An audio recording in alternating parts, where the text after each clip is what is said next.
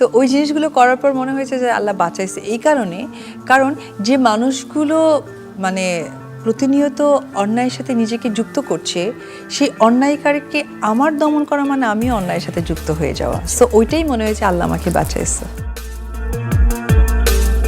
দ্বিতীয় বিয়ে করে আল্লাহর কাছে শুকরিয়া আদায় করলেন ঢালিউড কুইন অপু বিশ্বাস। দ্বিতীয় স্বামীর সাথে বেশ সুখেই দিন কাটছে এই নায়িকার।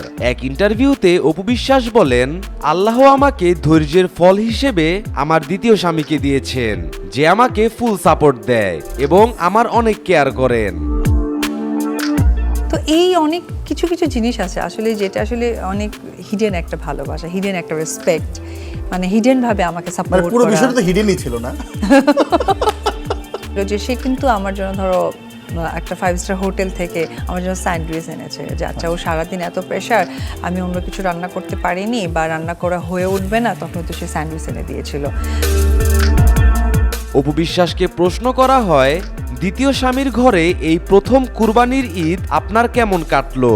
উত্তরে অপু বলেন, আমার চেয়ে আমার ছেলে তার নতুন বাবার সাথে বেশি এনজয় করেছে। তারা একসাথে গরুর হাটে গেছে এবং সেখান থেকে ছাগল কিনেছে। আমার দ্বিতীয় স্বামী আমার ছেলেকে পুরোপুরিভাবে ধর্মীয় শিক্ষা দিচ্ছে।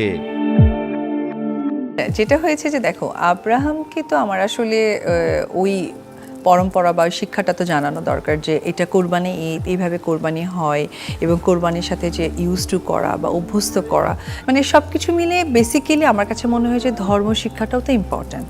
তো তার তো জানতে হবে যে এটা কোরবানি ঈদ। যা বোঝা গেল, দ্বিতীয় বিয়ে করে ভালো একটি সিদ্ধান্ত নিয়েছে অপু বিশ্বাস।